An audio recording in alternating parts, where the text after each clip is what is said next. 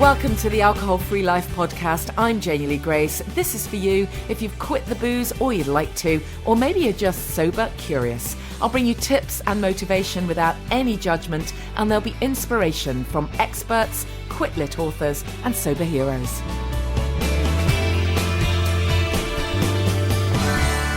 Hey, and welcome to the podcast. Fantastic response to David Hamilton's interview last week. Thank you so much for listening. As you know, his book, The Little Book of Kindness, is out now. And if I'm not mistaken, he's going to be a guest on Chris Evans. Sadly, not part of our team at BBC Radio 2 anymore, but now at Virgin. Doing some really cool interviews there. Got to hand it to him. Someone on Instagram picked up on David's tip in the last podcast, by the way, of striking the power pose when we're feeling anything less than confident. And she used a great pic of Superwoman. And it is just such a simple trick, of a way of kind of tricking your brain into thinking you got this. Just adapt a certain posture. Really easy. So it is our month of love for February, but we're focusing on self-care and self-love throughout this month, and all of my guests will support that in some way. I've been thinking a lot, myself about self-care while interviewing some of these cool people, and really I do think some, changes are afoot. So watch this space. I definitely resonated with David's self-care tip last week of being able to say no. That really is an act of kindness to yourself, but I'd still love to hear your suggestions too, big or small. Use the hashtag StayDryTillJuly. Make sure you follow me on Instagram. It's at Janey Lee Grace. And of course, you can share your stories or drop us a tip at janey@janeyleegrace.com. And of course, all the recommendations must remind you, all of my holistic living stuff that I talk about is at imperfectlynatural.com. And I think some of you know I'm working with a small charity who help people in need with healthy food called My Yard. And we're planning an event, a free meetup in London's East End, a really cool venue. And I think we're pretty much nailed down to the date of Monday, March the 11th, 2019. So pop that date in your diary. Watch out for the Eventbrite links on social media. And, one of the things that has come out with all these interviews that I've been doing and all the conversations I've had has been the importance of mindset, and just how big a part the subconscious mind plays. Now, of course, this is the case in absolutely everything we're trying to win over. And this week I was a guest myself on a podcast that comes out in a few weeks' time, I think. It's called Prosperity Kitchen, and it's aimed at people with businesses. And I was asked to speak on the topic, facing your fears of speaking in public. I do quite a lot of media coaching, so I gave my insights into the importance of preparing for your talk or your presentation and your performance, but also that it's likely, one of the things that I discussed was that it's likely that there'll be some limiting beliefs that are holding you back in that area because you have a fear of being judged. I have an online course where I teamed up with a leading hypnotherapist who's recorded hypnosis downloads which retrain your subconscious mind to feel more confident. And I just mention that because I think we're all becoming so much more aware of the power of the subconscious mind and just how that links to addiction and to behaviour change. And my guest this week absolutely supports all of that. Another fellow Hay House author, Ailsa Frank. Now, Ailsa Frank is a hypnotherapist, a motivational keynote speaker, and author of a great book, Cut the Crap and Feel Amazing, which does exactly what it says on the tin. She's already helped thousands of people improve their lives, and she works with a whole host of topics, alcohol, of course, but also stress, relationships, anxiety, depression. Interestingly, before qualifying as a hypnotherapist, Ailsa worked as a recipe writer and a food stylist, but her journey into hypnotherapy came as a result of being really impressed by its effectiveness when her own life kind of fell apart during a divorce in 2002. She lost custody of her 10-year-old daughter following a mental breakdown, and then in 2005 retrained as a hypnotherapist, and now she's able to help other people build a positive life. So welcome to my guest. I think you're going to learn a lot. Hi and welcome. Really, really pleased that my guest today is Ailsa Frank, author of the fantastic book Cut the Crap and Feel Amazing, fellow Hay House author. Welcome, Ailsa. It's lovely to chat with you. Yes, hi Jenny. It's great to speak to you. I Fantastic. love the work that you do because, in addition to the book, you have lots of amazing downloads, and you help people with all kinds of things, but including their drinking habits. And you've been doing that for 13 years. So you're a hypnotherapist, effectively. Tell us a little bit about your background and how you got involved in this work. Well, I retrained back in 2005 to be a hypnotherapist, and when I did that, I had no idea I was going to help people with drinking, but that just kind of came from doing that training. And I basically had a change of direction in my own career, found hypnotherapy very, very useful because you can actually target specific issues in your life and work directly on those. So I found it really fantastic. And then ended up doing art therapy, different various therapies, but then came back to the hypnotherapy and ended up training to become a hypnotherapist. And once I trained, I never really looked back, to be honest, because it was so fantastic. People can come along with a particular issue, maybe a confidence issue or a weight problem or a drinking problem, and actually you can work directly on those issues. So I really loved it from that point of view, and it's also very creative. You can work on all different topics and lots of different techniques and tips as well. So yeah, I mean, let's just describe it. What it really is, because there will still be some people maybe new to it who are kind of thinking, oh, isn't that the stage hypnotist stuff? Where you tell someone to sit and bake beans. And of course, it's very different from that. But just explain how it does work. Well, everything we do is a habit and a pattern. So once we've learnt that habit and pattern, it becomes stored in the subconscious mind. So for instance, learning to tie your shoelaces, when you try to do that in the beginning, it's difficult. But once you've learnt it, you then put it in your subconscious and you just automatically tie your shoelaces while you're thinking about where you're going to go. And the same with driving a car. Once you've learnt to do it, it becomes a subconscious automatic habit. So what happens is all our memories, all our experiences become stored in the subconscious.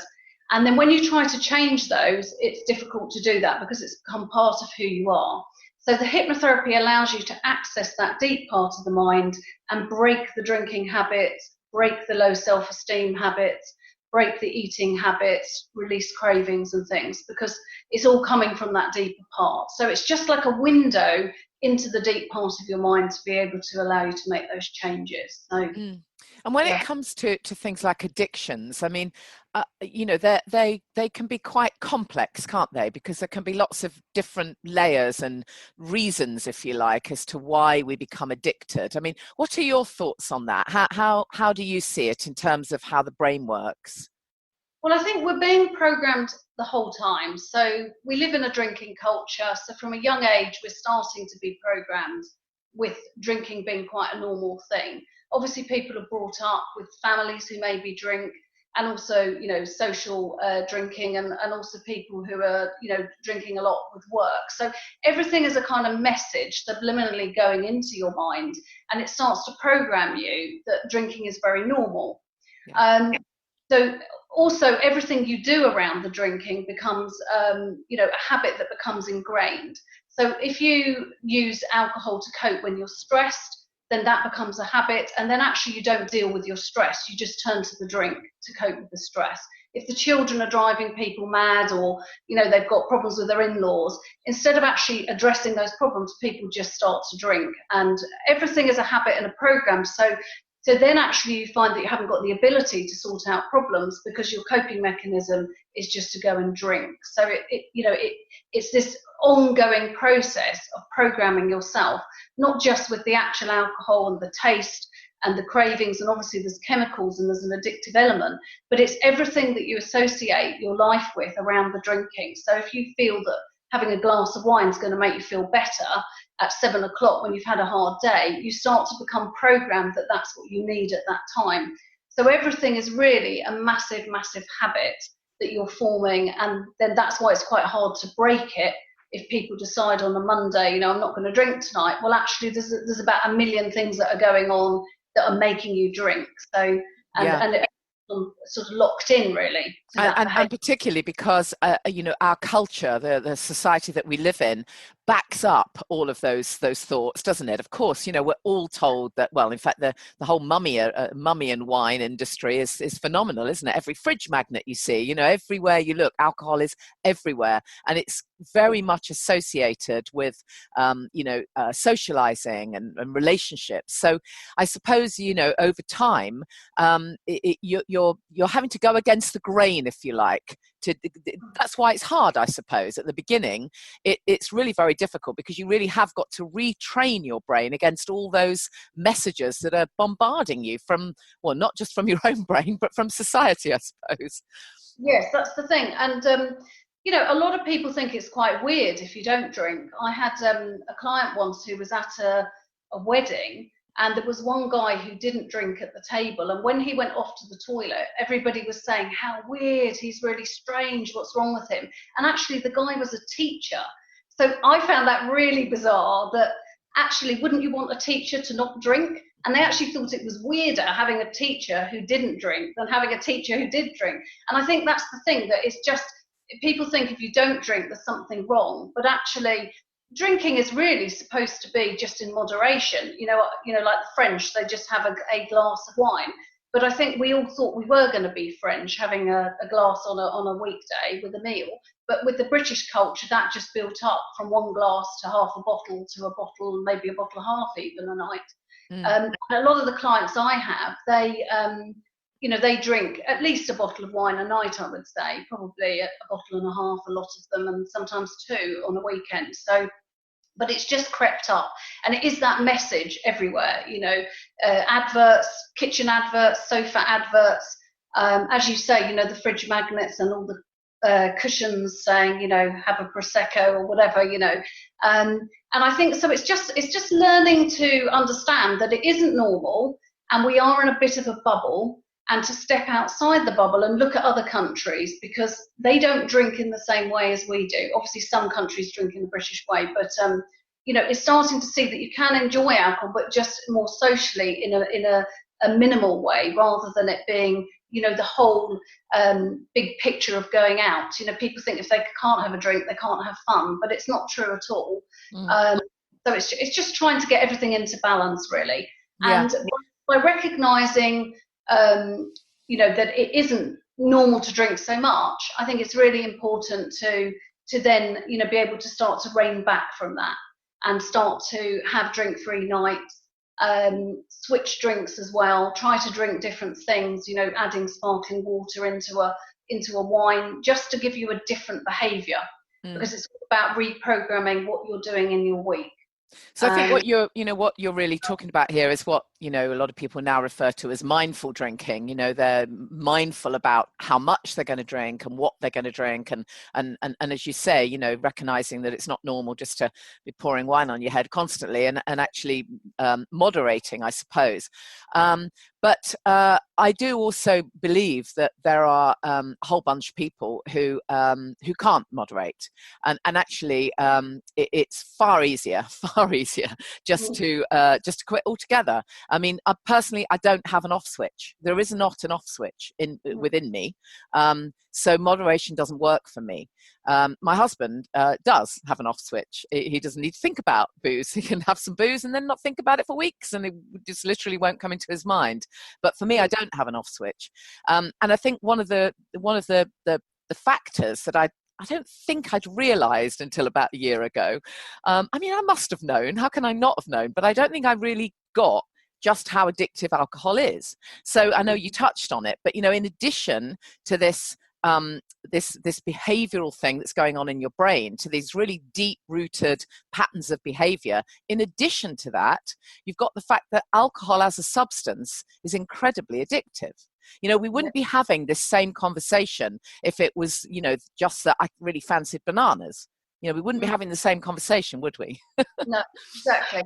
Yeah, there is that addictive element. So, but the difference I find with using hypnotherapy to change someone's drinking is that you can actually change the feelings on a subconscious level, so that you don't crave the alcohol, so that you have a different relationship with the alcohol. So a lot of my clients, they don't want to stop altogether, but they feel they can't, have that moderation. But once the relationship with the alcohol starts to change in the subconscious, actually, you start to see it more like, having a glass of orange or something, where you might have one, but you're not going to have a whole carton of orange, obviously. So the relationship starts to change, and it gets you into a place where you can sort of take it or leave it. And that's what I use the hypnotherapy for, to get into that place.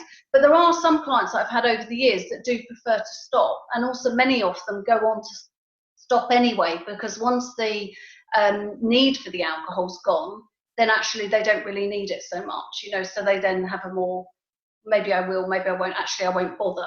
So it becomes like that. A bit like when you've had a cup of tea and then someone offers you a cup of tea and you just don't fancy it. So the thing with giving up with hypnotherapy is that you don't have that craving problem. Or, if you're on a diet and you can't eat cake, and maybe cake's your thing, you're constantly thinking about the cake. When you give up with hypnotherapy, it just becomes something that you may or may not have, and you're not really bothered about it. So it becomes easier to let go. But there is a massive addictive element. And the other thing is that if people have a life crisis, that's where they might turn to more alcohol, and then it can become a serious problem. So it's about reining it back in and getting to a point where you don't really need the alcohol. And if you have it, it's more like a spice, like a chili that you might add to a recipe to enhance a meal, but you wouldn't eat a whole jar of chili. So I think of, the alcohol being something, if someone does have it, that they're just enhancing a meal, maybe choosing a particular wine to match a particular dish in a restaurant, but not having it as just being, let's just drink, that bottle because we can. But it's all about changing the cravings, the taste buds, detoxing from the alcohol as well, and changing all the routines around it. Yeah, I mean, in terms of the cravings and the sort of physical withdrawal, we know that alcohol is withdrawn from the body within, I don't know, sort of at least 10 days, isn't it? When you first stop, if you kind of detox, there isn't really a physical thing going on, but there is a lot of physical stuff going on. People often find in the beginning they can't sleep, they've got tummy problems, there's all sorts of stuff happens. But once one's body has isn't physically craving it, it is all just about what's in your head, isn't it? It's just about the emotional side of it. So it's very much then about changing that mindset. I'm not even sure what my question is, but I mean, would you agree that after the physical craving is gone, it then just becomes about what you're used to? Because I suppose emotionally you're kind of craving that dopamine hit, which makes you feel good, or makes you feel perhaps confident in a social setting where maybe you're nervous. I think the thing is that when you're drinking, you're putting a lot of film of message into your mind, of thoughts of what you're doing. So it's somebody invites you out and you're going out for the evening, and before you go, you're thinking about having a glass of wine and having fun or whatever. So once you've stopped that and you've got over the craving side of things, people still have that film almost in their head sometimes of, even if they're not aware of it, that there's that memory of the fun that drinking had. So what I would say for that is to get fully over, so you're not completely, still having some behaviour towards alcohol, is to start to visualize old times that you used to drink, but imagine that you weren't drinking at those times, but you were still having fun. And what that does is reframing an old memory, and that will help you to release that film from your mind. Because partly, once you're over the craving, you've still got that film running in your mind that is quite likely, if you do have a glass of wine or a drink, it can take you straight back to drinking more. Even more than maybe before you drank. So a way of getting over drinking long term is to actually reframe those old memories. So just thinking back to, say you're invited out with a group of friends, thinking back to the last time you saw them when you were drinking, but imagine that you met them, you had great fun, and you weren't drinking. Yeah. So you're starting to overlay all your old memories of what your behaviour used to be. And this will actually help you to make long-term changes, because otherwise if you have a drink, they'll slip straight back into it. And that craving can quickly come back as well when you drink again, if you drink again. Yeah. So actually reframing your whole life, even as a teenager where you started drinking, for most people, actually imagine being a teen, really confident, without drink, and being the one in the crowd to go, do you know what, I don't need a drink. And you can just do that sort of visualization. And then that means when you do go out, you've got an old film in your mind, and your mind is a whole load of memories as well. So that will overlay an old memory. And also before you go out, I would say as well, imagine you're coming back from an event, smiling, brushing your teeth, taking your makeup off, and you've had a great time without alcohol. And that should help to make you to make the longer term changes. Yeah, absolutely. Yeah, you're absolutely right. It's all about those associations. I remember reading that Annie Grace, the author of This Naked Mind, did her own experiment. Actually, I don't know if you saw this, but she actually did an experiment where she filmed herself on her own drinking alcohol, and it was fascinating because without the social situation around it, it was absolutely miserable. She was actually really shocked when she eventually watched the footage back at just how disconcerting it was. She just slurred her words and looked terrible, and obviously felt terrible, and became more and more anxious. And without everything around it, it was exposed for what it is, which is just a drug, really. It was. I'm not suggesting anyone else tries that exercise necessarily, but it was very interesting. Just tell me about the work you do, because I'm guessing that you people obviously can come to you for hypnotherapy, but you also have these really, really helpful downloads. So tell us how they work, whether it's possible to effectively hypnotize ourselves, or is that not the expression? Yes, well, it's self-hypnosis. It's a recording that you can listen to in the privacy of your own home. And obviously, because drinking can be a sensitive issue, it shouldn't be, because if you're trying to stop drinking, it should be a positive. But a lot of people don't like to admit that they were drinking. We keep it a secret. Many of us keep it a secret for a long time. Exactly. You'd be surprised how many people keep it a secret. I have clients all over the place, from every walk of life, from doctors that are preaching to be healthy, but actually secretly they're drinking, or policemen who are stopping people for drink driving, but secretly thinking they might be over the limit themselves. Yeah. So it's a big issue. But what I would say is just, with the downloads, you can just download them onto your phone. You can listen at bedtime, and the tracks will just talk you through all the changes. They do cover everything in your life, so work, stresses, all different things. So it's breaking the habits on a very deep level. Yeah. You need to listen to them regularly, so it might be over sort of 2 to 3 weeks every day, and then after that I would use them as a maintenance until you've really made all the changes. And the recordings will help you to give up in a very balanced way. So you might start to notice that you're just pouring a glass but then not drinking it, or having a glass and then sipping half of it and then pouring the rest down the sink. It starts to get you to just change your relationship. Or sometimes people will just realise 3 days went by and they never even thought about drinking. Yeah, so it kind of changes your subconscious mind, really. It works at a deeper level than just hearing the facts, as it were. Yeah, it does. And actually, so people, it's almost like a massage through your mind. So it softens all your behaviour towards the drinking and all your thinking towards it. So actually it becomes less important. It's a bit like, if you have a pain in your shoulder and someone massages it, it starts to loosen up. And that's what starts to happen with the hypnotherapy. The messages start to loosen up your thinking throughout your mind. And then start to just become that person.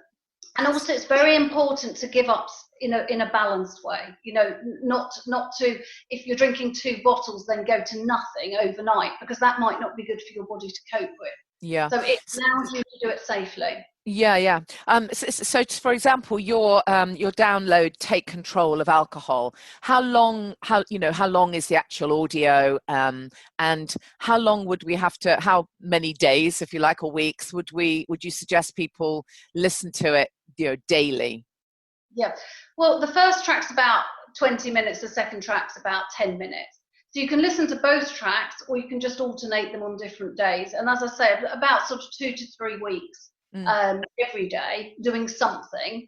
And then after that, just using it as a maintenance. I mean, some people make all the changes in a few days. Some people it will take a month or two. But it's also very good track 2, the short one, for a daily relaxation. Yeah. Because actually part of drinking is the pressure of life stacks up, and eventually people need a drink to relax. So by doing a daily relaxation, or even just doing it a few times a week once you're in control, 10 minutes, that keeps you relaxed. And then I do have other recordings that you can move on to as well. Yeah. But I do have another one, the Stop Binge Drinking, which is, that one's for more bouts of drinking, whereas the Take Control is very much for that every day or almost every day where you can't break the habit of the drinking. So that one's sort of for every day, and the other one's more for, social bouts of binge drinking. Some people it must be absolutely amazing for you, because you must have found that you've got people whose lives you've completely changed. You must get that all the time, sort of testimonials from people that say, oh, listen to this and oh, man, I'm okay. It must be great. I get emails from people all over the world, and that's partly why I did the download, so I could reach out to a bigger audience. People will say, I've been drinking for 40 years, I listened to your recording, it's changed my life. My relationships improved, because a lot of people's relationships are in tatters because of their drinking. Work's improved, all different things. Relationship with the children has improved as well, because a lot of children struggle with their parents drinking. Absolutely. And a lot of women feel they're not present for their kids. They finally, they realise actually they're thinking about the booze all the time. When can I get the kids down to sleep so I can go and drink? It can be constant. So yeah, you're absolutely right. And a lot of parents, they're drinking even when they're doing the bath time. They have a glass of wine on the side. So I absolutely love what I do. It's so rewarding, because it's so easy for me to help someone change that drinking, and it could be something that could take them years of stopping and starting and trying. And a lot of my clients have tried, for a long time to stop, and they've never actually got through, a week of not drinking. But once they do the session, actually the sessions are more direct. When you have a direct session with me, you start to see the changes very, very quickly. Most people have 2 to 4 appointments, and I do those over the phone. I do have clients all over the world, so people check in with me for that. So brilliant. And I didn't set out to do the alcohol. I set up as a hypnotherapist, and then I found that every client practically said, actually, So what I started doing was dealing with all their pressures, their stresses, using the hypnotherapy for that, getting them the jobs they wanted to get, because you use hypnotherapy for confidence and for believing you can get the right job for you. And often, for women as well, they have great careers, and then when they have kids, it's very hard to juggle it all together. So I help women to improve their lives, and men as well, obviously. Dads are under more pressure as well, and companies put more pressure on their employees these days. So it's about, changing every part of their lives, getting themselves in a really good place, and then releasing that craving, using the hypnotherapy. So excellent. There's a book as well. If anyone's watching this on the video, here's the book, Cut the Crap and Feel Amazing. Great book. Real lots of information in here. So, this is another really great thing to grab hold of. Ailsa, just tell us your website then, where people can find you. So it's ailsafrank.com, and you can look there. There's lots of films and information on drinking and how hypnosis can help. I've also got a blog on my website as well, and that's AILSA Frank, FRANK. Yeah, we'll put that in the show notes as well. Ailsa, thank you so much. It's absolutely excellent to talk to you and carry on with all the great work that you're doing, and we'll speak soon. I really appreciate it. Thank you. It's a pleasure. Thank you so much. Thank you, Ailsa. I hope that was helpful. She shared another self-care tip as well for anyone struggling with trying to ditch the booze. And this just follows on from a lot of the self-care things we've been talking about. She suggests that you can turn your home into a spa hotel. You don't have to be able to go anywhere or check in anywhere. Just put some calm music on, have a lovely warm bath, a herbal tea, make sure you have a couple of early nights. If you want to invite friends round, invite them round for a spa night, but serve alcohol-free mocktails. Lots and lots of great recipes for alcohol-free mocktails, by the way. Some on my site, but you can just Google it. You'll find absolutely masses. And of course, on the Club Soda website, there's lots of information about great alcohol-free mocktails and alcohol-free drinks. And still with the theme of self-care and self-love and kindness, I'm really pleased to announce that I'm going to be bringing in for interview Sharu Azadi, a behavioural change specialist. She's had oodles of experience in mental health and anxiety, and her excellent book is called The Kindness Method.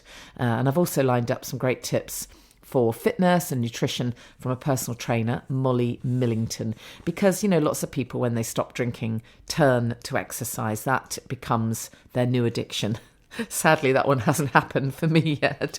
I have said before, I didn't actually get the amazing energy buzz that some people get when they stop drinking, leaping out of bed at 5 a.m. and cleaning the house. But I guess we're all different. And Molly has got some manageable ways of fitting exercise into your life.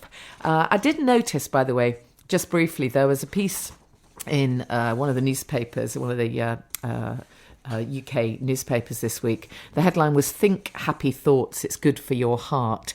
And it was a piece saying that positive, I'm just looking at it now, positive introspection, they say, can slow heart rate, scientists have found, following a study which saw researchers from Exeter and Oxford universities play audio instructions to students. Some were encouraged to practice self-compassion and be kind to themselves, and others were told to be more self-critical. And surprise, surprise, those given the kinder instructions told researchers that they felt more confident and compassionate towards others, and their heart rates were lower than the other participants. Well, we know this stuff, don't we? It's incredible, isn't it? Well, how the media kind of pop up with these studies that have been underlined by scientists as if it's all completely new. And we've known this for a long time. But if you're someone who does like to have stuff underlined by science, well, there you go. It's all there for you now. Now, I'll have to stop saying the podcast is new because we are a few episodes in, but it still feels kind of new. So I would really appreciate it if you're enjoying it, if you'd share and rate and review it. It does make a huge difference. And do please share those self-care tips and your stories. And thank you so much for listening. I'll see you next time. Thank you for listening to the Alcohol Free Life podcast with Janey Lee Grace. Please subscribe to us on iTunes, rate us, share on social media, and tune in again.